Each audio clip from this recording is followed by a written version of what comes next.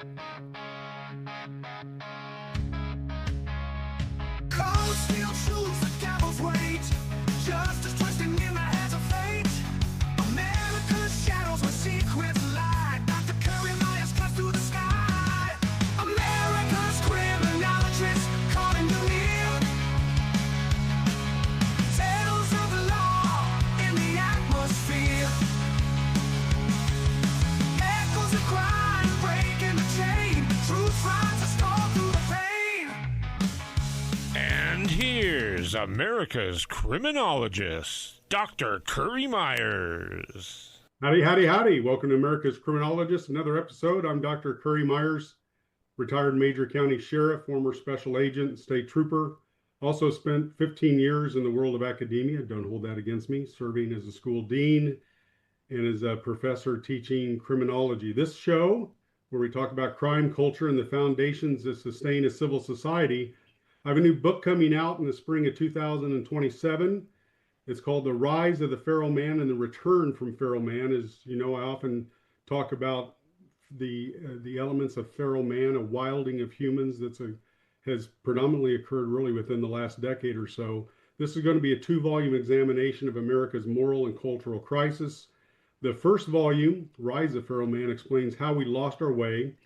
The second volume, The Return of Feral Man, offers a practical roadmap for restoring the 3 important pillars of society: faith, family, and formation. So stay tuned for more updates as we get closer to those release dates. And always, if you want to check out my work in applied criminology, criminal justice, ethics, all those things, you can visit my Substack page at drcurriemyers.substack.com. This segment of America's Criminologist is brought to you by Real Resilience. That's REEL, Resilience. It's a transformative program helping inmates prepare for successful reentry. It uses inspirational films and guided discussions. Real Resilience teaches practical tools to build resilience, strengthen relationships, and restore hope for the future. It's real learning through real stories where positive choices are modeled, not just preached. Real resilience, because reentry isn't just release, it's a second chance done right. Okay, here is my daily riff. One of the hallmarks of professional policing in the 21st century is moving from a reactive response to proactive prevention. Evidence-based policing models, which I am a huge proponent of, we don't use it enough, uses a combination of data, it uses a combination of research, validated practices to identify what actually works in reducing crime and victimization. And with today's technology, we have all this data right at our disposal, and yet we can't get to it most of the time in order to actually implement evidence-based policing. Now, predictive applications, when used responsibly and within the constitutional boundaries of the United States, can help law enforcement identify patterns, recognize emerging threats, and intervene earlier in the violence cycle. The goal isn't to predict the future with certainty, it's to better allocate resources, improve decision-making, and potentially prevent tragedies before lives are lost. That's the promise of evidence-based policing. Smarter strategies, better outcomes, safer communities. In short, my friends, law enforcement agencies possess enormous amounts of information, but most of it remains locked away in reports, databases, records, and often used only after an event has already occurred, if at all. The future of policing lies in leveraging advanced AI-driven systems capable of rapidly retrieving, connecting, and analyzing information across multiple sources to identify relationships, patterns, and potential threats. And humans cannot do this alone. It's called volume overload. They do not have the capability. We don't have the manpower to be able to do it. AI is our friend. We can't be afraid of it, and we have to be able to use it responsibly in the future. These technologies can help transform policing into a more evidence-led profession focused on prevention, efficiency, and public safety while remaining firmly grounded in our very important constitutional principles. That brings us to the guest today. I am super excited to have Aaron Cohen. You really can't look at the news or have him appear on news because he is such a important figure on terrorism and counterterrorism, and he speaks the truth. That's what I like about him as well, as he lays it out the way it should be done. He's had a trained career in special operations, an intelligence veteran, and has served in the counterterrorism space for over 2 decades. Again, he's one of the most recognized people on camera when it comes to law enforcement issues, counterterrorism issues, reoccurring guests on Fox News. You probably see him a lot there.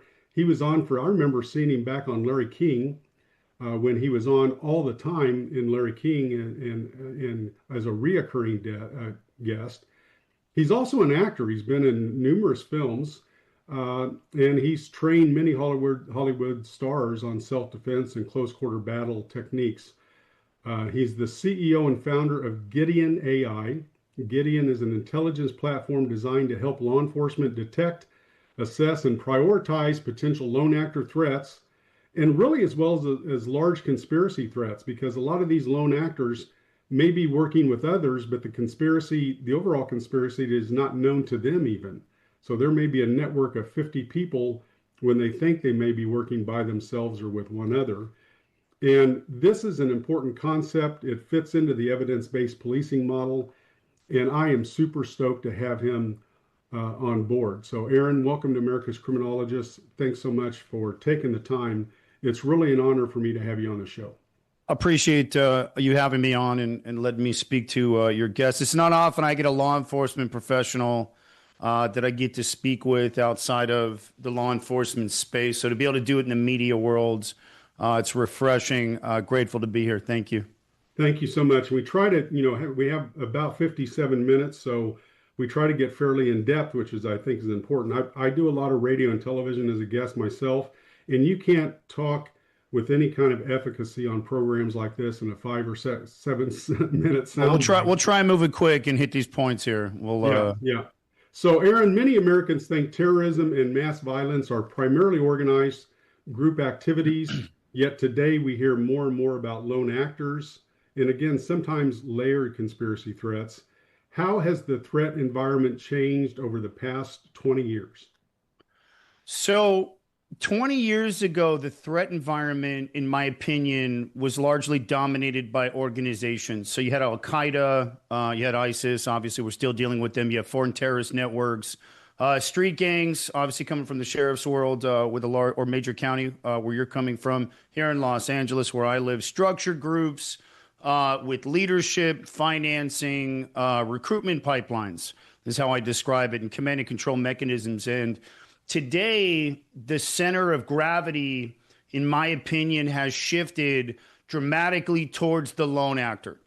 And so the internet has effectively democratized radicalization, I think is the most straightforward way to put it. A person no longer needs to join a terror organization to become dangerous, doctor. They just don't. You can find ideology, grievances, tactical information, validation, and community online without ever leaving their bedroom. And so I think what we're seeing today is the rise of the self-directed offender, is what I'm going to call him.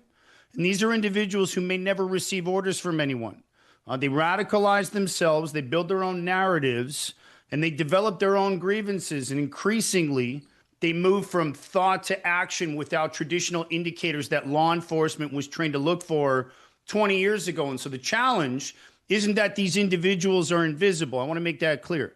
It's that they often exist in digital spaces that are moving faster than traditional investigative models. And so that's why I often say when I'm speaking to a major department, and we've got dozens and dozens of them across over 20 states now with my new AI platform, what I often say to them is that the internet is now the largest threat intelligence environment in human history. Yeah, no question about it. And the thing is, it kind of goes with my feral man concept, is we have this wilding of humans that they have been radicalized through social media and social contagions. Some of them have the dark psychological traits because they've gotten into it so deep and so far that they can't get out of it, and they get reinforced. It's this constant reinforcement that's occurring on a positive sense because they're only, it's that cognitive bias where they're constantly That's bandwagon right. effect on each other. From your experience, what behavioral patterns tend to emerge before an individual commits a terrorist act, a school shooting, or workplace violence? There are certain markers that they may possess and do, and this is the importance of Gideon. But what are they most demonstrated?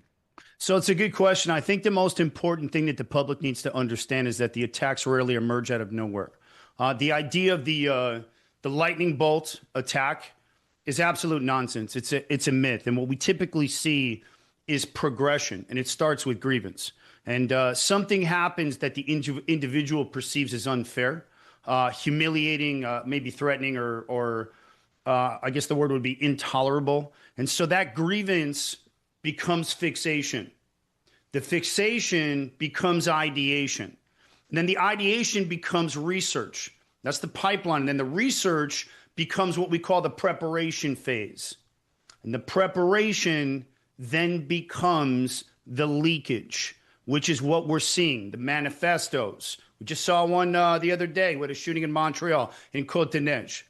And so eventually that pathway culminates in what we call the mobilization. The mobilization is the weapon gets loaded, the attack is underway. Now law enforcement is forced to respond. And so the specific details vary, but the behavioral pathway remains remarkably consistent across terrorism. Doesn't matter. School shootings, could be workplace violence, and whatever form the targeted violence takes shape in. So this is why modern threat assessment focuses on behavior and not the labels. And people can call themselves anything today, And so what matters is what they're doing. I spend a lot of time on crime prevention through environmental design, CPTED strategies.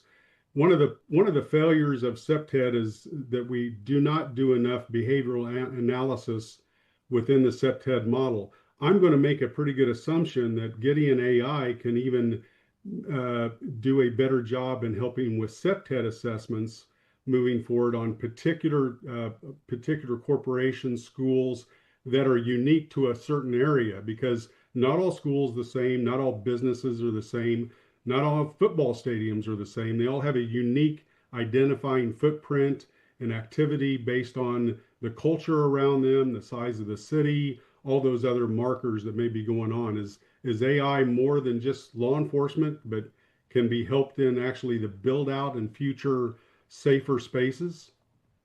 I think AI is going to drip into all of it. So as long as you're focusing on the behavior, and that's one of the main differences between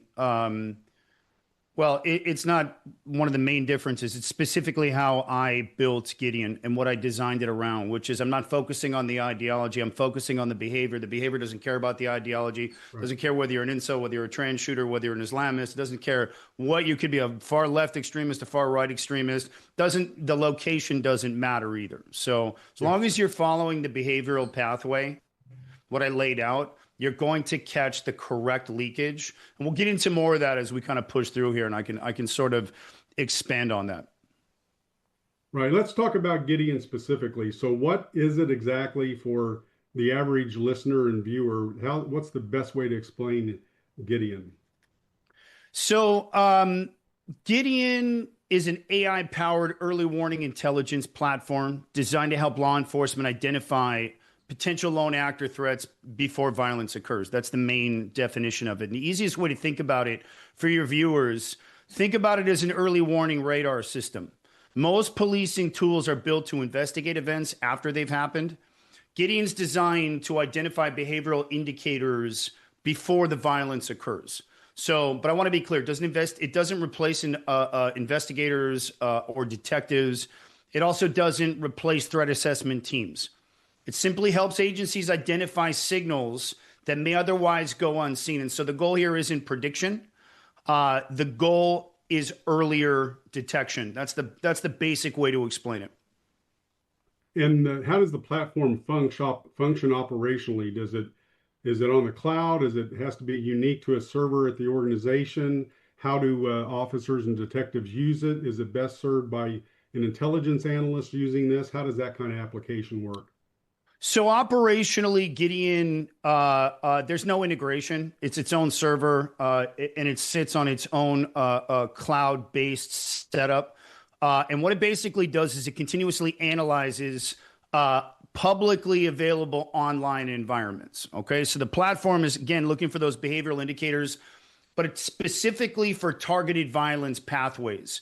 You do not need to be a mega city with a 10-man intel team. You can be a 25 to 50-man agency, which is what we spoke about pre-interview here, which is the majority of the size of agencies.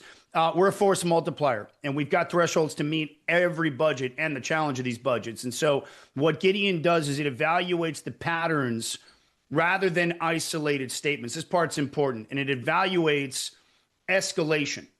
And so it's looking for context. So once you're an agency and you onboard and we put you on a pilot, you're going to have 60 days there just to soak in how the platform works. All the alerts are going to be delivered via email. You never have to log in.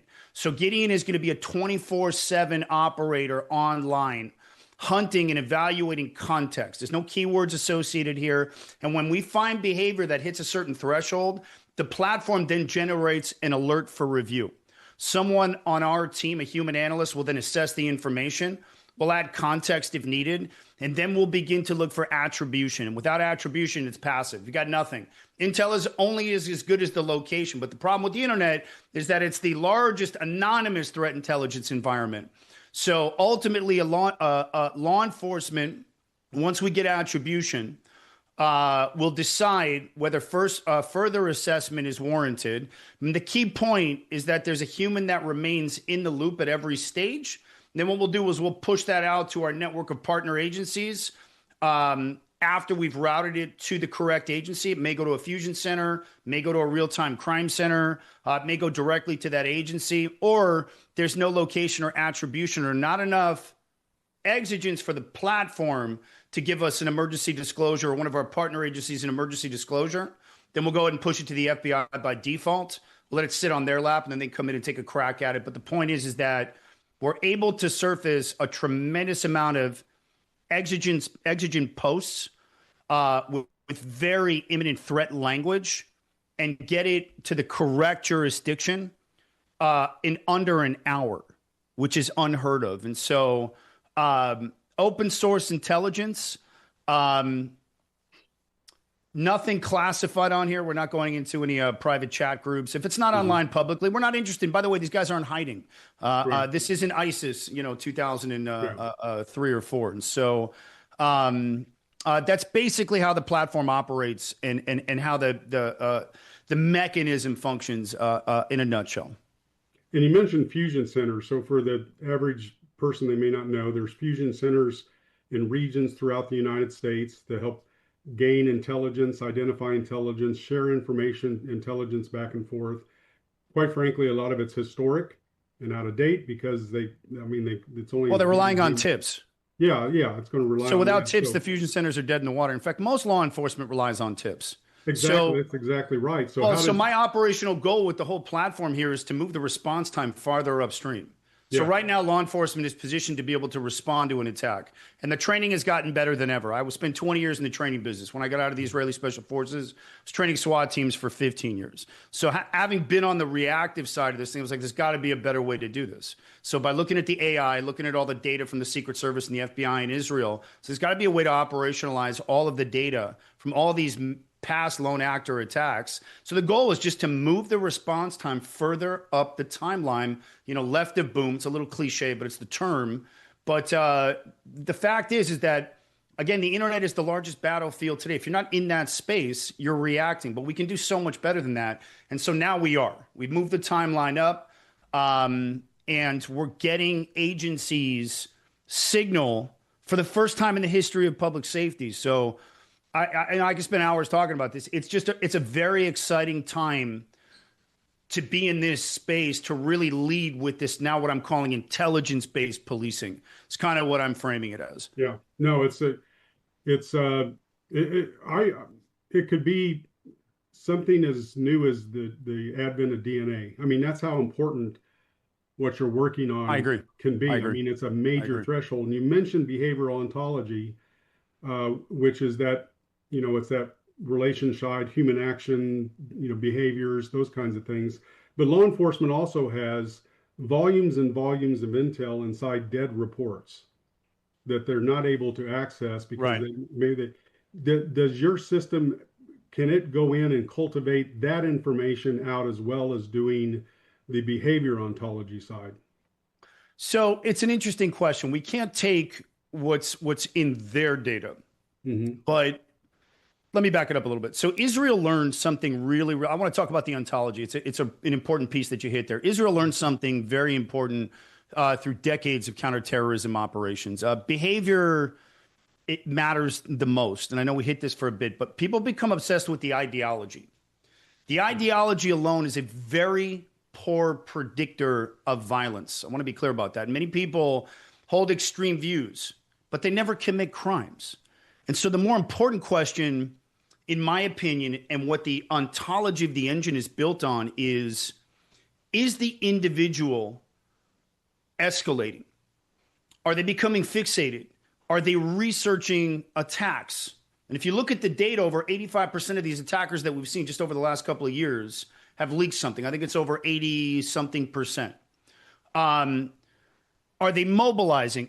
A behavioral ontology is simply a structured way of evaluating those observable behaviors, if that makes sense. So it basically just gives a framework for understanding how people move towards violence, if that makes sense. Yeah. So that's really one of the biggest pieces here. And one of the challenges moving forward will be, and I know the platforms are getting better at policing themselves for that imminent behavioral leakage, is moving away from leakage that isn't just focused on imminent threats, but on escalatory language, which will be the challenge because we have laws that we want to follow here. So we're surfacing both. Anyone can route or find a red alert. I want to shoot up the school. I wanted this. I wanted that. We get tons of those.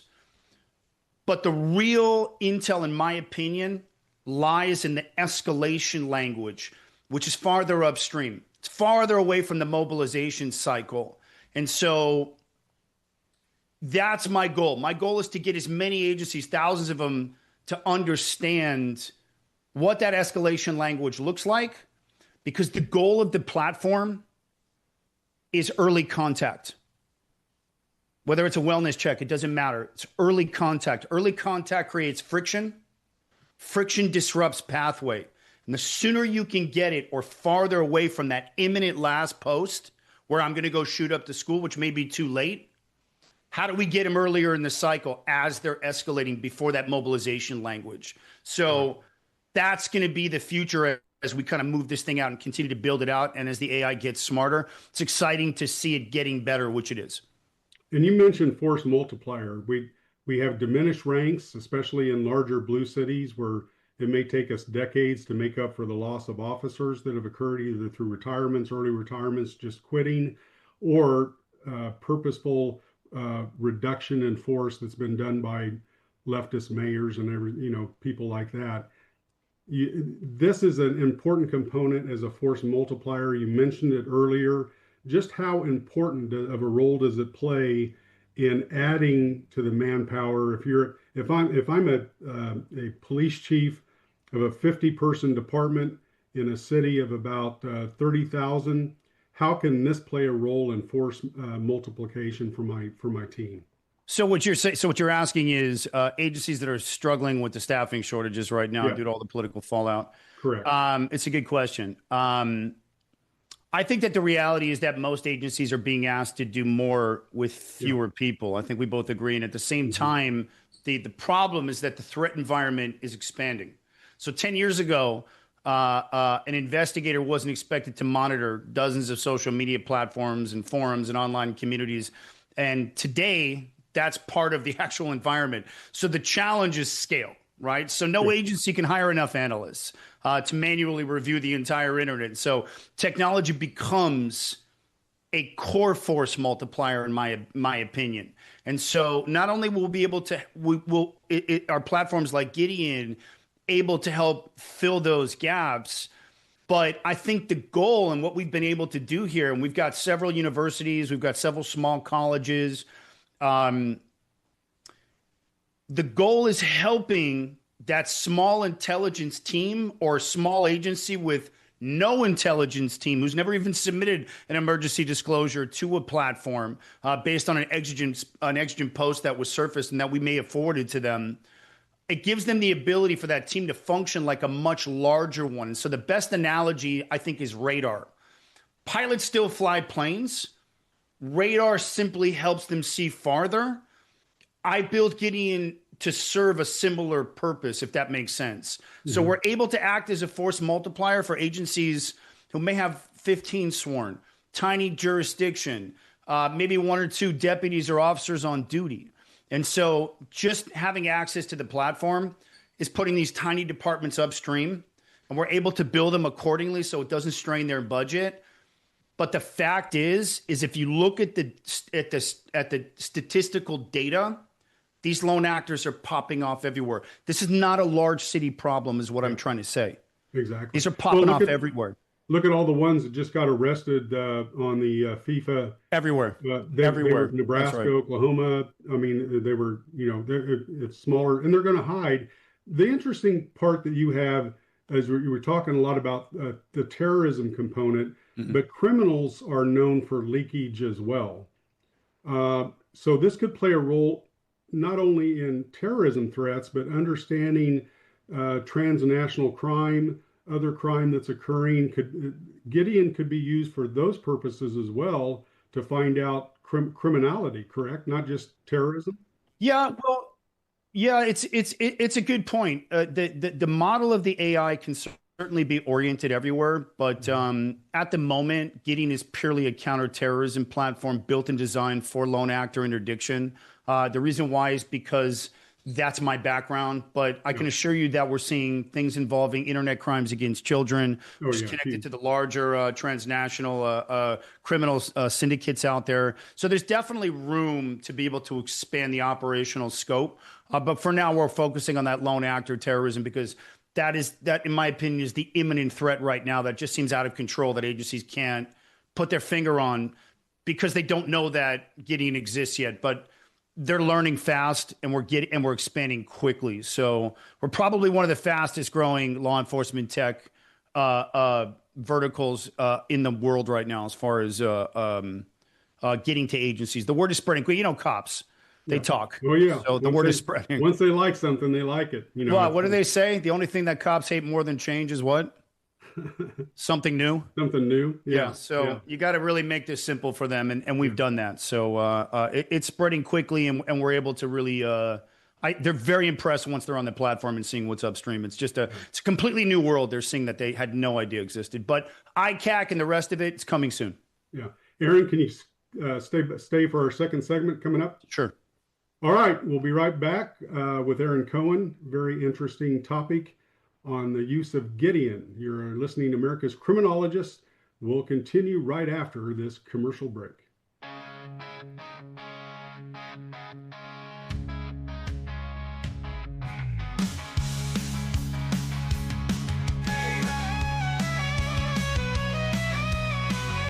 Hi folks, Dr. Currie Myers here to let you know that my new show, it's called America's Criminologist with Dr. Currie Myers. Every Tuesday at 1 p.m. as a former state trooper, special agent, sheriff of a major county, I will offer sharp insights into the pressing issues shaping American society today. I'll have guests, news, and my insights as an applied criminologist throughout the 1 hour show. So criminals and the progressive politicians that allow them to fester, beware, because this show is directed at you. America's Criminologist every Tuesday at 1 p.m. on KMET.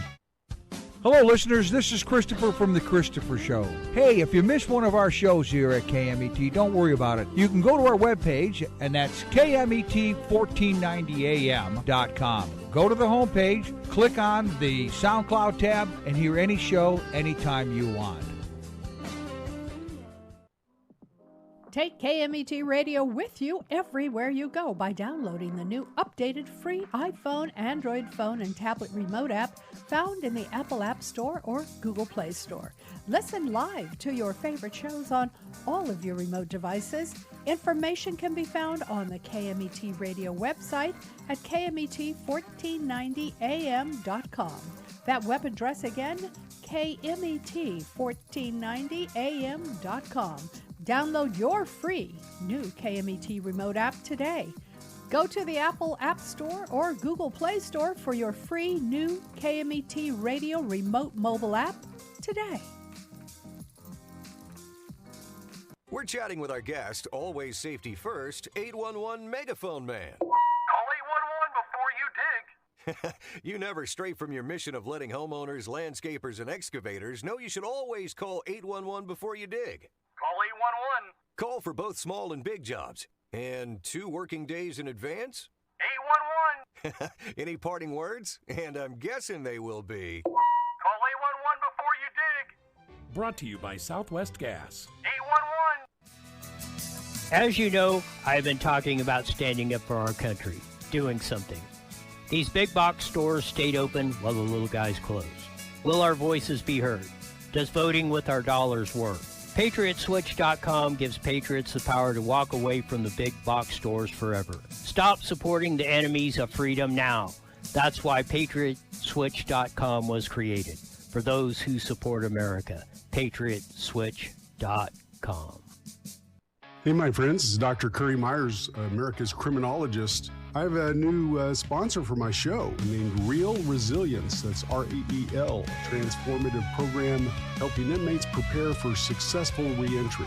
It uses inspirational films and guided discussions. Real Resilience teaches practical tools to build resilience. It's really an important tool, Real Resilience, because reentry isn't just release, it's a second chance done right.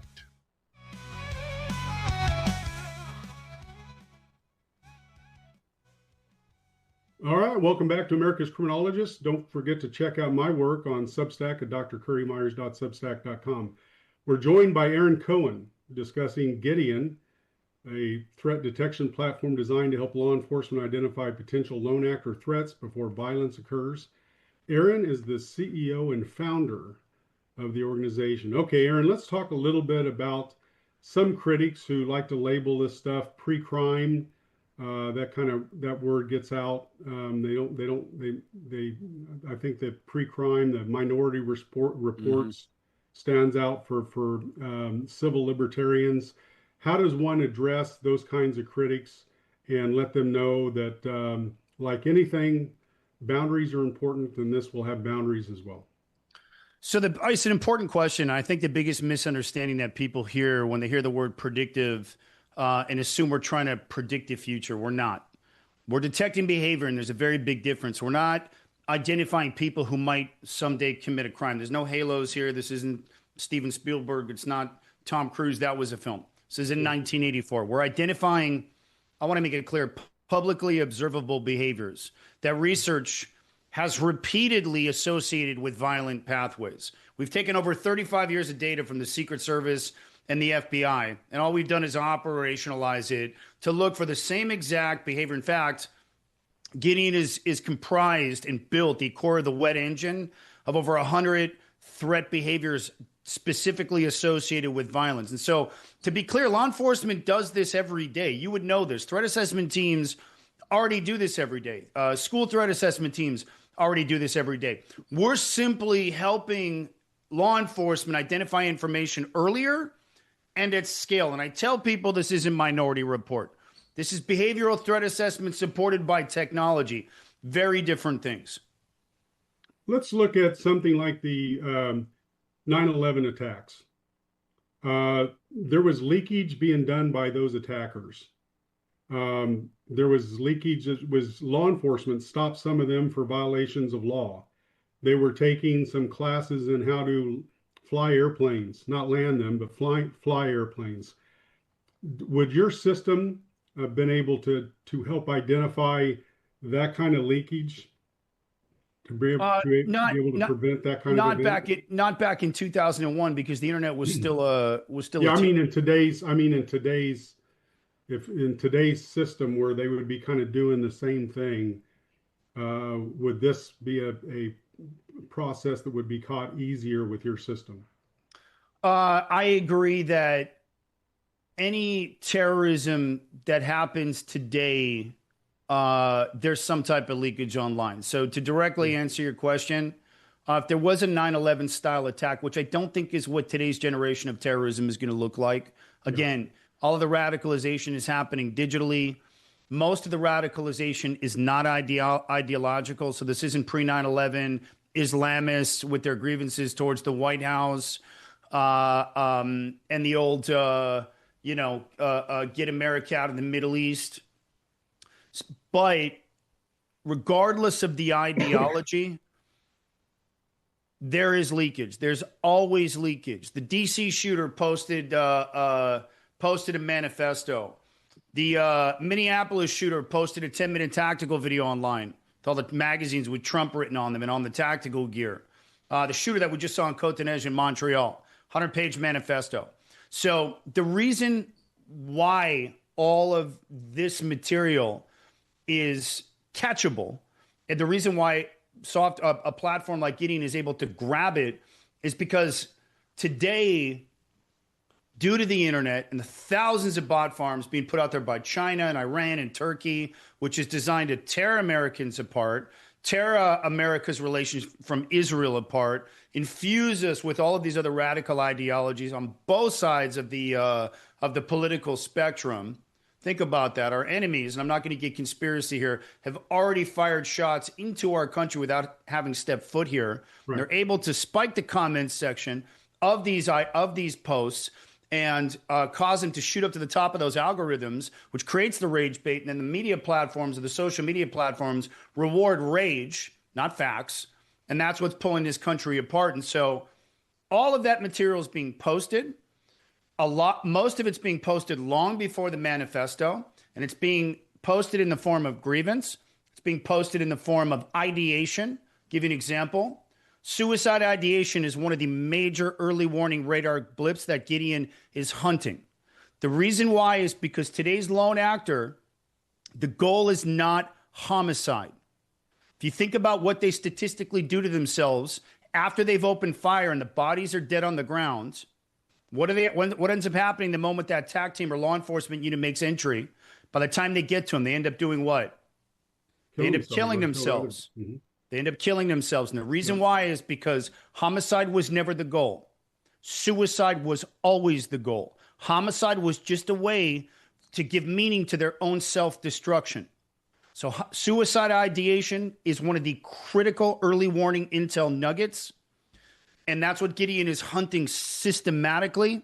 And we're trying to get it before it pivots outwards. And that's where that early escalation warning comes up. And that's why it matters. There's a major, major mental health crisis that's percolating. And we're seeing it unfold in the wilds on the internet. So we're hunting it. We're monitoring it. And the moment and it's being posted out in the public, it's not being hidden in these chat rooms and signal groups. Those signal groups start to merge. Those private groups start to operationalize once the online radicalization has cemented, once enough people who are willing to die because they've been radicalized have come together. And as they start to pivot outwards, that's when they start forming these little groups like we saw with the UFC 250 attack that was thwarted brilliantly by the FBI, I might add, and the agencies and the Secret Service that was involved. And so the signal is there, Doc, and I'm going to say that, yes, we will find it. We're going to hunt down every single bit of it, and we're going to route it as quickly as possible. And we may not get to it sooner than later, but we're going to do our best to try and get to as much of it as we can. And the more agencies we onboard on the platform, the quicker we can move that intel, because now we're creating this national early actor interdiction network. It'll be the largest intelligence network of law enforcement professionals ever. And that's really the product. That's the moat. When you've got thousands of agencies who are professionals, small, big, medium, doesn't matter, fusion centers, real-time crime centers, mega city agencies, small town police departments, some of the best investigators, as you know, are some of these small towns. Mm-hmm. They're talented. You know, it doesn't matter where you are. And so I believe that we can get to them. We're going to try and get to every single one of them. And the goal here is just to keep building this thing out, getting the network larger, getting the AI even tighter and the language learning model even tighter. And then eventually starting to bring on federal partnerships to help us continue to expand it. I think it's all preventable, Doc. Yeah, and these lone actors that are out there also get radicalized by someone, either through the internet, social contagions, or we have cells operating in this country where their job is to try to radicalize. We see this on the college campuses. It seems like there's someone always on the college campus has some connection to either the Chinese or Islamists in some way, back and forth, or perhaps some communist idealization. So we have these cells that are operating as well. Some of them are a lot quieter, and their main job is to try to recruit operators and foot soldiers to be able to go out and do this lone actor work. So they're already doing it. They don't even have to be here. So if you got a bot farm with 1,000 cell phones spiking anti-American rhetoric into the comments section and spiking anti-American content, then what you've got when you've got a 19 or 20-year-old student in college, like Mangione, for instance, who's what we would classify as an anti-capitalist actor, or you've got the recent shooter up in Montreal just yesterday, who initially was labeled as an incel before the full manifesto was released, but now they're saying he was a far left extremist, anti-Israel, anti-American, anti-capitalist, anti-Trump. Again, regardless of the ideology, the fact is that something hit his feed. This guy did not meet an Al-Qaeda recruiter in some alley. You know what he met, Doc? He met an algorithm. So nobody has to be here. Okay. All of the comments can get spiked by thousands of bot farms outside of our shores and get right into the mobile phones of these kids. And guess what happens? You keep staring at that phone long enough, and the parents aren't going to take them off the phone. Keep staring at that phone long enough, and what's going to happen? You're going to have a kid who eventually crosses over, who was already suicidal, now starts to pivot into homicidal ideation. And once you've got that convergence or that outwards pivot, now you've got yourself violent thoughts getting posted, homicidal ideation being posted, a history of suicide ideation being posted. I want those posts, and I want to know where that actor is, and I want to get that information to that agency as quickly as possible so that they can make early contact, because 80% of these actors, in my opinion, don't even know why they're being radicalized. In fact, if you watch what they're saying, they have no idea what they're talking about. Nobody understands the history of anything that's going on today. It's absolutely nuts. So let's get early contact, get those law enforcement officers to those doors, and let's get some wellness checks going. And you'd be surprised when you look at the history here. Got a lot of mental health and suicide ideation long before the gun was ever loaded. So again, critical intel nugget. We're going to hunt it all. We're going to get it to these agencies as quickly as possible. You know, you mentioned the importance of this could be really change the law enforcement world when it comes to intelligence gathering and being able to assess better and more quickly. But you have to have still some boots on the ground to be able to go do these interviews, knock on the doors. That's right. Do you foresee at some point there be a team that is dedicated to doing that work specifically at a department where their main job is to go do those initial knock and talks? Knock and talks. Yeah, it's a good question. So I think given the scale and the aggressive growth of radicalization online, on the fact that America's enemies are able to get into these algorithms and spin these kids up to the point where they want to load up a weapon and open fire, my contention is that local, municipal, counties, not just federal. Now, most of them have criminal intelligence capabilities. They've got nodes, they've got investigator, they've got analysts now. It's getting better. It's been getting better for the last decade. And Intel's been seeping into that, to the space more and more on the law enforcement side. But I can tell you that at my agency, where I serve in the Southeast, I've been a reservist there coming up on 20 years. Started off on the training side. We just stood up the first ever lone actor interdiction unit. The goal of the unit is to be able to operationalize the types of behavior that my system is already using, to be able to hunt down that signal, to determine and make sure that those actors are not in our jurisdiction, if that makes sense. That's just basic detective deduction or deductible reasoning, if I'm not mistaken, from your worlds. Yeah. So we've already stood up probably the first ever local lone actor intelligence and counterterrorism specific unit on the local level to be able to hunt down that signal, make sure that it's not in our region of, I'll say, 500,000 citizens, but then move it to the right jurisdiction as quickly as possible. And I look at this as digital mutual aid. You know, if you need something from a county, Sheriff, you know this, if you need something from a county, you guys don't have access to aerial assets, but you've got a hiker who's down, you've got mutual aid agreements with those surrounding jurisdictions, right? Right. We need to create that capability and that culture for the digital threat space as well, which means my contention is that local and county state agencies already have these because they're working with the fusion centers. But really, this is a local problem because these attackers are going to pop off in those local backyards. I think that lone actor interdiction intel-driven units, whether it's one investigator or 5 or just one, if that's all you can muster, to get to the internet and use tools like GIDEON, and there's other great ones. There's Data Miner. There's a lot of different tools now that real-time crime centers are using to be able to get to that signal early enough, and make sure that it's not in your area of responsibility, and then learn how to move it quickly. That to me is going to be the future of intel-based policing. I don't know of any other platforms, Sheriff, that do specifically what GIDEON was built to do. Most of the platforms will tell you either what happened in the past, like Palantir, so you can put together a mosaic of how to get bin Laden in the future. Some of them will tell you what's going on right now, and they'll monitor Twitter feeds so that you can get response to that specific area if it's near you.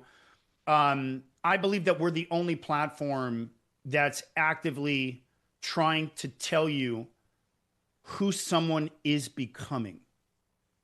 And that's what makes us unique. We're only focused on what will potentially transpire. And if it doesn't turn into anything, I say great. But the good news is that somebody who's spiraling in suicide ideation, who's pivoting into homicide ideation through obsessive intrusive thoughts and has a history of mental illness, let's make contact. What's the problem? Get them the help they need. But the problem is that if we can't get the post to the correct agency, there's no case. Sheriff, there's no case number. So how do we start the case? We've got to get the posts. We need thousands of these agencies in this country helping us move them to the correct place. And we do that through emergency disclosures, requests to the platforms, and getting these kids the help they need. They still don't understand what's happening to them. It's okay, we do. And I say as much the more early contact, the better. Yeah, and it's that breakdown of those 3 important tiers that I talked about: faith, family, and formation. They don't have those. That's right.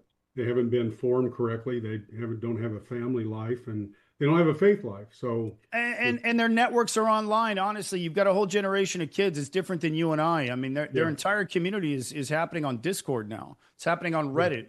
You know, it's a different time. They're not using the internet to share their wins. They're using the internet to make connections. And if you've got nihilistic, violent extremist groups infiltrating these environments, creating self-harm communities and riling up the suicide ideation, you're creating an entire generation of killers. I don't know how else to put that without being totally honest. You want that's my Israeli hat. You're creating killers online right now, and we've got to get to them and talk to these kids first and pull them out of that environment as quickly as possible. Yeah. I know you recently spoke to the National Major County Sheriff's Association. I was a member of that as well. It's within the National Sheriff's Association. It's a very important organization. I think that sheriffs are in a unique position because of expediency. They have the ability to implement things a lot quicker than a police chief who may have to build a budget in the future, or they just have the autonomy. And they can form that policy. They can form things quickly, and that's what I liked about being a sheriff. I encourage sheriffs to put this to the top of the agenda, because working in connection with each other as major county sheriffs filter down to other sheriffs across the country is vital and key to being successful in being able to have contact information that you can share. Again, you talked about it could be a small county, but the ability to say, I know Sheriff such and such in this small county, That's it's right. going to him or her, and be able to be actionable because it's not in my jurisdiction. And Sheriff, any agency has the same incredible capability on my platform. And I know, I'll give you an example. When I spoke at the, I've got a great relationship with Sheriff Mike Bouchard from Oakland County. Yeah, good man. He was president when I was. Yeah, he's fantastic. Yeah. Mike is a good buddy of mine. I'm honored to have him in my orbit. He's been instrumental in helping to move information, helping to shape, opening doors for us. He was the one who brought me out to DC in February to speak to the intelligence commanders subcommittee, which is where I spoke. And I can tell you that being in that room and being amongst the 100, of the major county sheriffs and their intel commanders was eye-opening. They all want to know how to do this. Everybody's starving for the solution. If you're a sheriff out there, let me plug real quick, Sheriff. If you're a sheriff out there, get on my platform. I'll put you up here for 60 days, no obligation. Just get upstream and see what we're seeing. And if it makes sense for you operationally, which I promise you it will, then we'll get you guys on an affordable license to be able to stay on the platform. Because without it, you're going to be dead in the water. So if you're out there and you're listening, large major county, if you've got 5 sworn and you're in, I don't know where, I don't care, call me. You'll have the same capability as a large agency with a 10-man intel team. By the way, a 10 or 20-man or 50-man intel team, and we've got some of the largest agencies, Sheriff, on the platform now. I still ask them the same question when I'm briefing them on the platform and onboarding them. Yeah. How's scraping the entire internet working out for you? Right. It's not. It's impossible. You can have 100 analysts sitting on an entire floor in a high rise, and you're still not going to be able to hit the 1 million posts per month that are out there.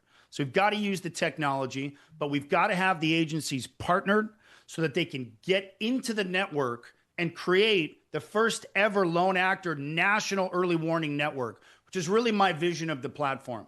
The moat, the sale to Axon or Motorola in 72 months from now is the moat. The ability to have 2,500 to 5,000 of the finest intelligence teams, major city, tiny agency, don't care. They're all talented. The ability to be able to move intel quickly. And I'll tell you, the longer you're on the platform, Sheriff, the better these guys are getting at understanding behavioral threat science. Because that is a big difference between seeing 10 alerts and seeing 1,000 alerts at the end of 12 months. Man, do you learn a lot. And I've had sheriffs call me, under sheriffs call me and say, Aaron, the signal is incredible. Man, am I learning a lot. It's all just kind of clicking and making sense. And so, Sheriff, I've got to educate 5,000 agencies here, and I don't have a lot of time to do it. I've got to move quick. It's a very dangerous time right now. So the key here is speed. Yeah, absolutely. And it's really been foundationally important that the sheriff that you county that you reside in, you're a part of that group, and you've been able to almost do a beta, with them to be able to show its efficacy. So you're ahead of that. I couldn't be more grateful for my sheriff. FBI National Academy grad, forward thinking, investigator minded, absolute rock star. He's been great to me for 20 years since the first training course I came out and gave to them, to onboarding the agency. And I'm out there several times a year. And now to be able to stand up the first intelligence and counterterrorism unit for the agency has been tremendous, as you mentioned, to be able to really wet test Gideon to make sure that we're moving through false positives. I mean, look, if you don't have that analysis and the human element and the ability to be able to test it in a real environment, you're just going to get a ton of noise. So, I mean, you can have the word gun surfacing from music lyrics. You can have the word bomb resonating from slang. You know what I mean? So you really got to like flush all this stuff out. So very grateful to have my agency on board. Grateful for my sheriff and my leadership and my captain and all of them. They've been awesome. Aaron, what's the biggest threat facing America today?